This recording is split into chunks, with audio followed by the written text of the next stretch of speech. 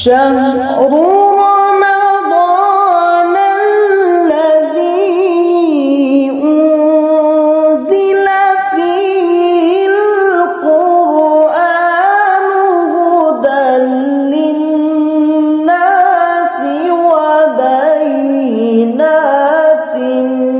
من الهدى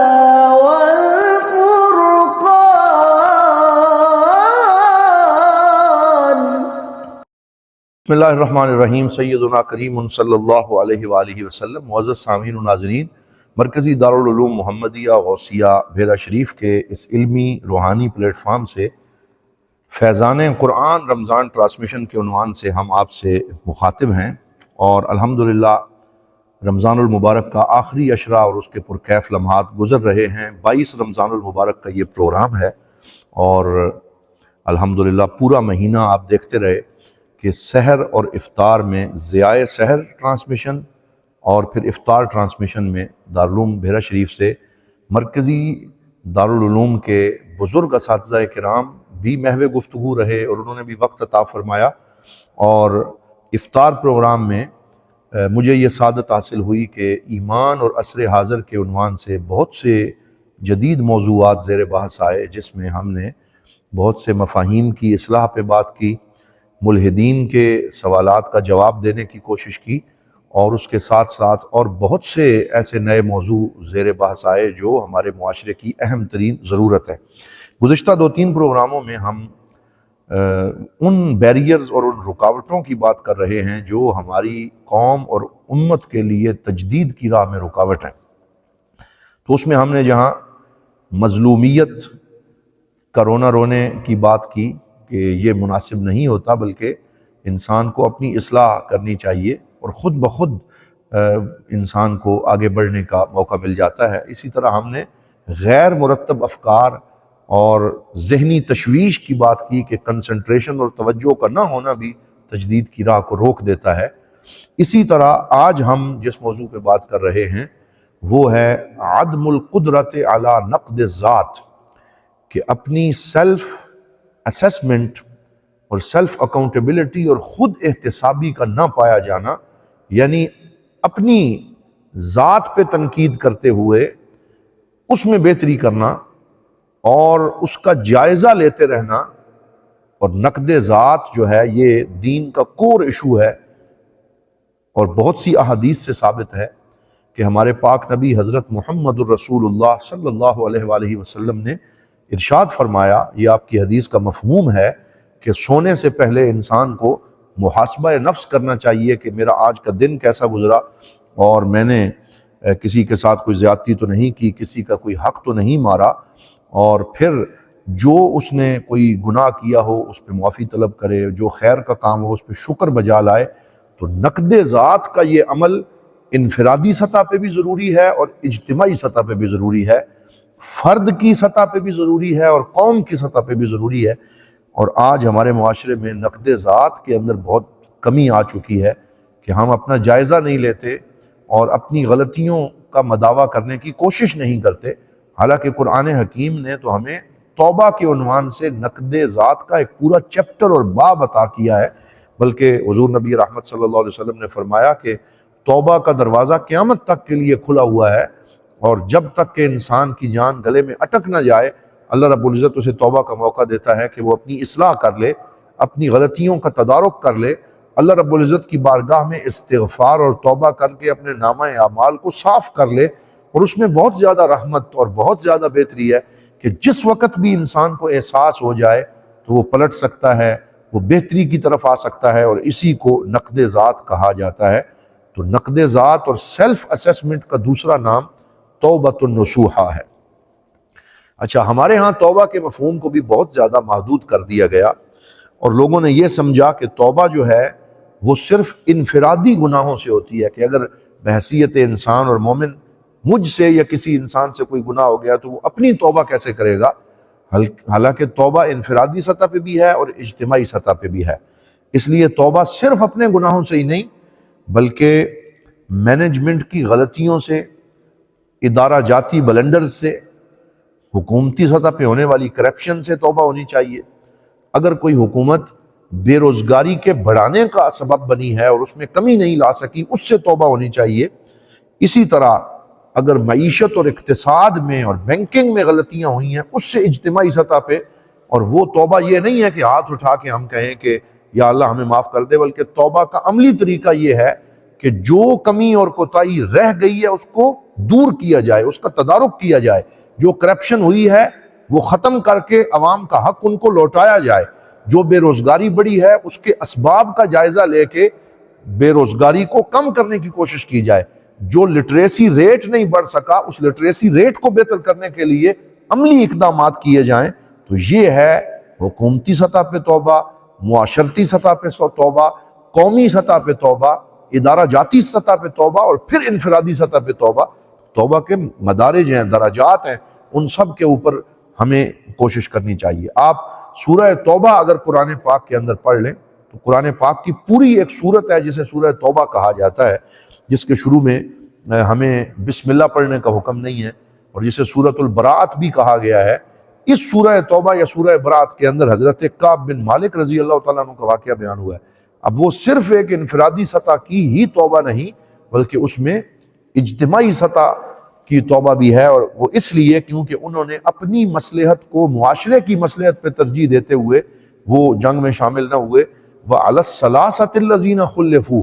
حَتَّى إِذَا ضَاقَتْ عَلَيْهِمُ الْأَرْضُ بِمَا رَحُبَتْ وَضَاقَتْ عَلَيْهِمْ أَنفُسُهُمْ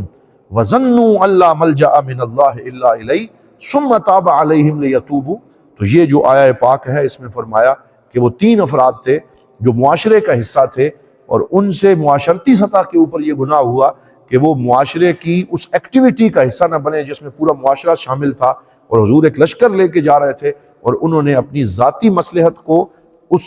قومی اور اجتماعی مصلحت کے اوپر ترجیح دی اور آرام کرنا مناسب سمجھا۔ بعد میں جب انہیں احساس ہو گیا تو کس طریقے سے ان کو توبہ کا موقع دیا گیا کہ کافی عرصہ حضور صلی اللہ علیہ وسلم اور مسلمانوں نے سوشل بائیکاٹ کیا، ان سے کوئی گفتگو نہ کی، اور پھر آہستہ آہستہ جب انہیں احساس ہوتا گیا وہ نقد ذات کے عمل سے گزرے، پھر اللہ رب العزت نے ان کی توبہ کا حکم قرآن میں نازل فرما کے اس پہ مہر لگا دی کہ قومی سطح پہ یا انفرادی سطح پہ جب تم سے کوئی قصور ہو جائے تو پھر راستے بند نہیں ہوتے، تم کسی بند گلی میں نہیں چلے جاتے، بلکہ وہاں پہ ایگزٹ ہوتا ہے، وہاں پہ باہر نکلنے کا راستہ ہوتا ہے، وہاں توبہ کا دروازہ ہوتا ہے، اس سے گزر کر پھر سے تم سیلف پیوریفیکیشن اور اپنی ذاتی تطہیر کا جو عمل ہے اسے مکمل کر سکتے ہو۔ تو اگر آپ کی آج یہ جو مینجمنٹ اور اداروں کی سطح پہ جو انتظامی حوالے سے کتب شائع ہوتی ہیں کہ اچھے مینیجر کیسے بنے، اگر آپ ان کتابوں کو پڑھیں تو ان میں پورا ایک چیپٹر ہوتا ہے جسے سیلف کریٹیسزم کہا جاتا ہے، اور سیلف کریٹیسزم نقد ذات کا ترجمہ ہے کہ اپنی ذات پہ تنقید کرنا، اور اس میں یہ سکھایا جاتا ہے کہ سیلف کریٹیسزم کیسے کرنا ہے اور اپنی ذات کی غلطیوں کو کیسے سدھارنا ہے اور اس سے توبہ کیسے کرنی ہے۔ تو یہ جس طرح مینجمنٹ سائنسز میں ہے، اسی طرح ایمان میں ہے، قرآن میں ہے، اسلام میں ہے کہ اسلام نے ہمیں توبہ کا طریقہ سکھایا ہے۔ اور یہ توبہ جیسے ہم نے کہا کہ حکومتی سطح پہ بھی ضروری ہے، اور خاندانی سطح پہ خاوند اور بیوی کے تعلقات کے اندر اگر ظلم کا عنصر شامل ہو گیا ہے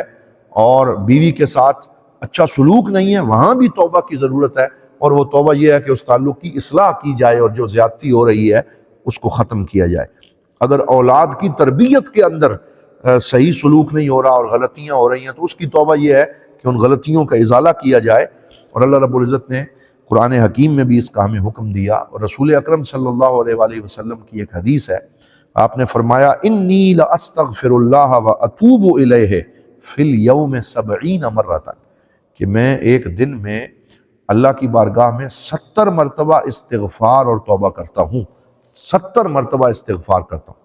اب حضور صلی اللہ علیہ وسلم تو معصوم ہیں، وہاں تو غلطی کا تصور تک نہیں، لیکن حضور 70 مرتبہ استغفار کیوں کرتے؟ تو اس کے بارے میں مفسرین کرام نے لکھا کہ یہاں استغفار جائزہ کے معنی میں ہے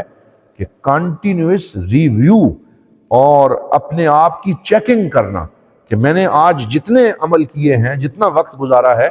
اس کے اوپر ایک نظر ڈالنا، یہ ہے استغفار۔ تو استغفار صرف یہ نہیں ہے کہ ایک انسان یہ کہے کہ میں نے 1000 مرتبہ آج یہ کہہ دیا استغفر اللہ استغفر اللہ استغفر اللہ تو استغفار ہو گیا، بلکہ عملی استغفار یہ ہے کہ وہ اپنے سارے دن اور پورے مہینے کے کاموں کو یاد کرے اور ساتھ ساتھ کہتا رہے استغفر اللہ استغفر اللہ استغفر اللہ، اور ساتھ ذہن میں اس کے پوری یہ ایک جو ہے وہ منظر چلتا رہے کہ اپنے گھر کے اندر میرے ساتھ میں نے کوئی غلط رویہ تو نہیں اختیار کیا، دوستوں کے ساتھ کوئی غلط رویہ تو نہیں اختیار کیا، میں نے کوئی مالی بدعنوانی تو نہیں کی، میں نے کسی کا حق تو نہیں مارا، اور ساتھ ساتھ وہ کہتا رہے استغفر اللہ استغفر اللہ۔ اور جہاں کہیں اسے نظر آئے کہ یہاں پہ مجھ سے بے اعتدالی ہو گئی ہے تو وہاں پہ پھر وہ توبہ کرے، یعنی استغفار جائزہ ہے، اور جائزے کے بعد جو پوائنٹ سامنے آتے ہیں ان پوائنٹس کے اوپر اللہ رب العزت کی بارگاہ میں معافی طلب کرنا یہ توبہ ہے۔ تو استغفار تب مکمل ہوتا ہے جب زندگی کا جائزہ ساتھ ساتھ لیا جائے اور پھر اس کے اوپر توبہ کی جاتی۔ اور رسول اکرم صلی اللہ علیہ وسلم خود معصوم ہے، لیکن آپ نے ہمیں یہ پروسیس اور عمل سکھانے کے لیے خود کر کے دکھایا کہ اس طریقے سے تم ایک دن میں 70 مرتبہ یا 100 دفعہ اپنا جائزہ لیا کرو۔ ایک صحابی فرماتے ہیں کُنَّا نُعِدُّ لِرَسُولِ اللَّهِ صلی اللہ علیہ وسلم فی المجلس الواحد، کہ ہم ایک مجلس میں حضور کی گفتگو میں کئی دفعہ یہ گنتے تھے کہ حضور چند جملے کہنے کے بعد خاموش ہوتے اور پھر فرماتے استغفر اللہ واتوب الیہ، پھر کوئی بات کرتے، پھر تھوڑی دیر خاموش ہوتے تو پھر درمیان میں فرماتے استغفر اللہ۔ تو اس طریقے سے سرکار دو عالم صلی اللہ علیہ وسلم کثرت سے استغفار فرمایا کرتے تھے۔ تو یہ اپنا جائزہ لینے کا ایک بہترین طریقہ ہے، اور بندہ مومن اس طریقے سے اپنی غلطیوں کا جائزہ لے کر پھر اس پہ سچی توبہ کرتا چلا جائے تو اس کا دفتر عمل صاف ہوتا رہتا ہے اور اس کے باطن کی تطہیر ہوتی رہتی ہے، اور اللہ رب العزت اس کو پھر سے اپنی زندگی کی نئی راہوں کو شروع کرنے کا موقع عطا فرماتا ہے۔ توبہ اجتماعیہ یعنی معاشرتی توبہ یہ ہے کہ اگر معاشرے میں کسی سے ناروا سلوک ہوا ہے تو اس سے توبہ کی جائے۔ توبہ اقتصادیہ یعنی معیشت میں توبہ یہ ہے کہ اگر کہیں مال حرام کھایا ہے تو اس سے توبہ کی جائے۔ توبہ سیاسیہ، سیاسی لیول پہ توبہ یہ ہے کہ اپنی سیاسی ذمہ داریوں کا جائزہ لے کر جہاں کہیں غلطی اور کوتاہی ہے اس سے توبہ کی جائے۔ حضرت سیدنا ابو لبابہ رضی اللہ تعالیٰ عنہ ایک صحابی ہیں، اور ان کا واقعہ بڑا مشہور ہے کہ حضور صلی اللہ علیہ وآلہ وسلم نے بنو قریظہ کے ساتھ جو معاہدہ کیا تھا، تو بنو قریظہ کو کیونکہ ان کی وہاں پہ سنگت تھی حضرت ابو لبابہ کی، تو مسلمانوں کا کوئی راز انہوں نے جا کے بنو قریظہ کو بتا دیا تھا، اور حضور صلی اللہ علیہ وسلم کو بھی پتہ چل گیا۔ تو پھر حضرت ابو لبابہ نے اپنے آپ کو ستون سے باندھے رکھا اور بڑا طویل عرصہ توبہ کرتے رہے، اور پھر اللہ رب العزت نے ان کی توبہ کو بھی قبول فرمایا۔ تو سیاسی سطح پہ، جنگی میدان میں، معیشت کے میدان میں، ہر جگہ توبہ کا طریقہ بھی موجود ہے اور اس کے فضائل اور اہمیت کو بھی اسلام نے بیان فرمایا ہے۔ ایک جگہ ارشاد فرمایا فَقُلْتُ اسْتَغْفِرُوا رَبَّكُمْ إِنَّهُ كَانَ غَفَّارًا، کہ اے میرے حبیب آپ فرما دے کہ استغفروا ربکم، تم اپنے رب سے استغفار کرو، وہ بخشنے والا ہے۔ یرسل السماء علیکم مدرارا ویمددکم باموال وبنین ویجعل لکم جنات ویجعل لکم انہارا۔ اب ایک استغفار کے یہ سارے فائدے بیان فرمائے کہ جب تم استغفار کرو گے اللہ تعالیٰ آسمان سے تمہارے اوپر نعمتیں نازل فرمائے گا، اور تمہیں مال دے گا، اور تمہیں بیٹے دے گا، اور تمہیں باغات عطا فرمائے گا، اور تمہارے لیے دریا اور نہریں جو ہیں وہ بھی عطا فرمائے گا۔ اس کی تفسیر میں بھی مفسرین نے لکھا کہ استغفار کی وجہ سے یہ ساری چیزیں کیوں ملتی ہیں، مال کیوں ملتا ہے، کیونکہ انسان جہاں کہیں اس سے غلطی ہو رہی ہوتی ہے جب اس کا تدارک کرتا ہے تو مال آنا شروع ہو جاتا ہے۔ جب وہ غیر ضروری اور غلط تعلقات کو ختم کر کے اپنے تعلقات کی اصلاح کرتا ہے تو اسے بیٹے نصیب ہونا شروع ہو جاتے ہیں۔ تو در حقیقت یہ ساری نعمتیں استغفار کا انعام بن کے ملتی ہیں کہ جب انسان معاشرتی اور اجتماعی سطح پہ اپنی غلطیاں جو ہیں ان کی اصلاح کرتا ہے تو خود بخود اس کو نعمتیں ملنا شروع ہو جاتی ہیں۔ تو یہ در حقیقت توبہ کا ثمرہ ہے جو نصیب ہوتا ہے۔ تصوف اسلامی میں ایک بڑا خوبصورت واقعہ ہے کہ سیدنا سری سقطی رضی اللہ تعالی عنہ، جو ایک بہت مشہور صوفی بزرگ ہیں اور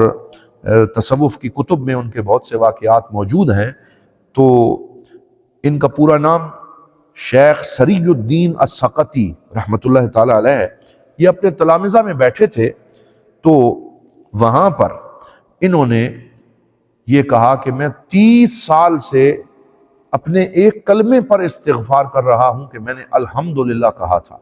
شاگرد حیران رہ گئے کہ جناب الحمدللہ کہنے پہ بھی کوئی استغفار کرتا ہے، الحمدللہ کہنا تو اچھی بات ہے، تو آپ الحمدللہ کہنے پہ کیوں استغفار کر رہے ہیں؟ تو انہوں نے کیا خوبصورت جواب دیا، فرمانے لگے کہ 30 سال پہلے میں مسجد میں تھا تو یہ شور مچ گیا کہ ہمارے محلے میں آگ لگ گئی، تو سارے لوگ دوڑے اس طرف جس طرف آگ لگی تھی، اور میں بھی پریشانی کی عالم میں دوڑا کہ میرا گھر بھی اسی محلے میں موجود تھا۔ تو آگے سے ایک بندہ دوڑ کے آتا ہوا دکھائی دیا اور اس نے کہا کہ اے امام سری، آپ پریشان نہ ہوں، آپ کے گھر میں آگ نہیں لگی، آپ کا گھر بچ گیا ہے۔ تو میں نے خوشی سے الحمدللہ کہا اور واپس مسجد کی طرف ہو لیا۔ تو 30 سال سے میں اس گناہ پہ استغفار کر رہا ہوں کہ سارے لوگ دوڑ رہے تھے، میں نے صرف اپنی ذات اور اپنے فائدے کو سوچا، اور جو ہی اپنے گھر کے محفوظ ہونے کا پتہ چلا تو میں نے باقی لوگوں کی فکر کیوں نہیں کی، باقی لوگ جن کے گھر جل رہے تھے ان کی مدد کیوں نہیں کی۔ تو اپنے اس معاشرتی جرم کے اوپر میں استغفار کر رہا ہوں کہ مجھے دوسرے لوگوں کا خیال کیوں نہیں آیا۔ تو یہ وہ صوفیاء کرام تھے جو اپنی ایک غلطی پہ نظر رکھتے اور مسلسل اس پہ استغفار کرتے رہتے تاکہ اللہ رب العزت ان کی اس غلطی جو ہے اس کا تدارک فرما دے، اور یہی حکم ہمیں بھی دیا گیا۔ جیسے ہم نے گزشتہ پروگرام میں عرض کیا کہ غزوہ احد میں جب تیر اندازوں نے وہ جگہ چھوڑ دی تو اس وقت مسلمانوں کو اپنی کارکردگی کا جائزہ لینے اور نقد ذات کا حکم قرآن نے ارشاد فرمایا کہ آپ بجائے کف افسوس ملنے کے، بجائے مظلومیت کے، آپ دیکھیں کہ غلطی کہاں پہ ہوئی ہے اور دوبارہ اس کو دہرانا نہیں ہے، اس سے توبہ کر لیں تو اللہ تعالیٰ عفا اللہ عنکا، اللہ نے بخش دیا ہے، سارے ان غزوہ احد کے مسلمانوں کو معاف کر دیا ہے اور ان کے درجات بھی بلند فرما دیے ہیں، اور قیامت تک کے لیے یہ سبق بن گیا کہ جہاں کہیں غلطی ہو پھر اس کا تدارک کر کے توبہ کر لی جائے تو اللہ تعالیٰ معاف فرما دیتا ہے۔ تو اس میں یہ آیت بھی نازل فرمائی کہ منکم من یرید الدنیا ومنکم من یرید الآخرہ، کہ تھوڑے وقت کے لیے دنیا کا ارادہ کر بیٹھے تھے کچھ لوگ اور کچھ آخرت کا ارادہ کر رہے تھے، تو پھر اللہ رب العزت نے انہیں توبہ کا موقع دیا اور ان کی توبہ کو قبول فرما لیا۔ وما محمد الا رسول، یہ ہے نقد ذات کہ ان سے کہا جا رہا ہے کہ محمد صلی اللہ علیہ وسلم اللہ کے رسول ہیں، قد خلت من قبلہ الرسل، ان سے پہلے بھی رسول گزرے ہیں، افئن مات او قتل انقلبتم علی اعقابکم، اگر رسول اکرم صلی اللہ علیہ وسلم شہید ہو جاتے یا ان کو گزند پہنچ جاتی تو کیا تم حضور کے وصال پہ ہی واپس پھر جاتے اور حضور صلی اللہ علیہ وسلم کے بعد اس مشن کو آگے جاری نہ رکھتے؟ فرمایا اللہ تعالیٰ حی لا یموت ہے اور اسلام بھی باقی ہے، اگر حضور صلی اللہ علیہ وسلم تشریف لے بھی جاتے ہیں ظاہری طور پر تو اسلام جاری رہے گا۔ اس طریقے سے تربیت فرمائی جا رہی ہے، طریقہ بتایا جا رہا ہے، اور پھر صحابہ کرام رضوان اللہ تعالیٰ علیہ مجمعین نے اس پہ عمل کر کے دکھایا، اور حضور صلی اللہ علیہ وسلم کے وصال کے بعد بھی حضور کے مشن کو جاری رکھا اور اسلام کو کئی لاکھ مربع میٹر تک پہنچا دیا، فتوحات کی، نئے نئے ملک فتح کیے، اور اللہ رب العزت نے انہی صحابہ کرام کی محنت اور کوشش کی وجہ سے اسلام کو شان و شوکت عطا فرمائی۔ تو آج کل بعض لوگ یہ جو تربیتی نقطہ نظر سے صحابہ کرام کے بارے میں آیات نازل ہوئی تھی، ان کا غلط استعمال کرتے ہوئے صحابہ کرام کو اٹیک کرنے کی کوشش کرتے ہیں۔ انہیں بھی جو ہے وہ حیا کرنی چاہیے اور یاوہ گوئی نہیں کرنی چاہیے، کیونکہ قرآن نے جہاں اس طرح کی اصلاح فرمائی ہے ساتھ ہی ان کے درجات بھی بلند کر دیے ہیں۔ اولئک هم الصادقون، اولئک هم المؤمنون حقا، اولئک هم المفلحون، قرآن کہیں انہیں سچا کہتا ہے، کہیں انہیں کامیاب فرماتا ہے، کہیں ان کے درجوں کی بلندی کا ذکر کرتا ہے، اور جو وہاں پر چیزیں ہوئیں وہ در حقیقت قیامت تک والے لوگوں کے لیے ایک سبق بن رہا تھا۔ اس کا یہ مطلب نہیں ہے کہ ان نفوس قدسیہ کے اوپر تنقید شروع کر دی جائے، بلکہ ان کا مقام تو وراء الورا ہے، اور صحابہ کرام اور اہل بیت اطہار کے بارے میں محبت کا ہمیں درس دیا گیا ہے۔ تو حضرات محترم، یہ وہ طریقہ ہے اور یہ وہ بات ہے جس کا آج کے اس پروگرام میں ہم نے ذکر کیا کہ نقد ذات ہونی چاہیے اور سیلف اسیسمنٹ ہونی چاہیے، اور اس کے ساتھ ہمیں اپنے توبہ اور استغفار کا اہتمام کرنا چاہیے، اور بالخصوص یہ رمضان المبارک کا آخری عشرہ ہے، اور یہ تو ہے ہی توبہ کا عشرہ، استغفار کا عشرہ، اللہ رب العزت کی بارگاہ میں جھولیاں پھیلا کے مستقبل کی کامیابیاں مانگنے اور ماضی کے گناہوں پر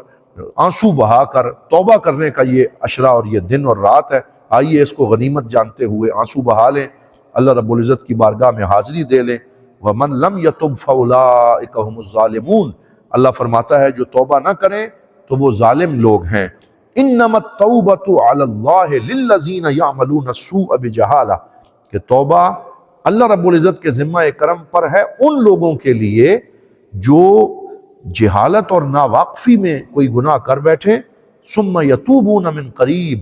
پھر جلدی توبہ کر لیں، انہیں احساس ہو جائے تو پھر اللہ رب العزت نے ان کے لیے توبہ کے مواقع رکھیں۔ تو لیلۃ الاستغفار، لیلۃ التوبہ، لیلۃ الجائزہ، یہ وہ طاق راتیں ہیں، یہ وہ رمضان کا آخری عشرہ ہے جس کا ایک ایک لمحہ ہمارے لیے قیمتی ہے۔ چند دن باقی رہ گئے ہیں، تو آئیے ہم اس سے استفادہ کریں اور اپنی غلطیوں کا تدارک کریں اور نقد ذات کے عمل کو جاری رکھیں، تاکہ تجدید کا یہ سفر بھی جاری رہے اور ہم اس زمانے اور اس دنیا کے تقاضوں کے شانہ بشانہ اسلام کی خدمت کے اس عمل کو جاری رکھ سکیں۔ اسی دعا کے ساتھ اجازت چاہتے ہیں کہ اللہم خلقتنا مجانا ورزقتنا مجانا فاغفر لنا مجانا، یا اللہ تو نے ہمیں مفت میں پیدا کیا، مفت میں رزق عطا فرمایا، مفت میں ہی ہمیں بخشش اور مغفرت کی نوید بھی عطا فرما اور ہمیں اپنی اصلاح کی توفیق عطا فرما۔ والسلام علیکم ورحمۃ اللہ وبرکاتہ۔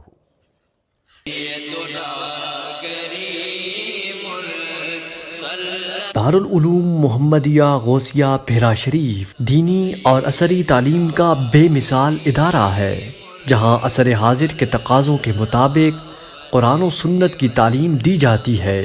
اور ہر سال ہزاروں طلباء و طالبات زیور تعلیم سے آراستہ ہو رہے ہیں۔ رمضان المبارک کے بابرکت لمحات میں زکوٰۃ و صدقات اور مالی تعاون اس عظیم ادارے تک پہنچا کر اس مشن میں اپنا حصہ ڈالیں۔ درجہ ذیل اکاؤنٹس پر اپنا تعاون ارسال فرمائیں۔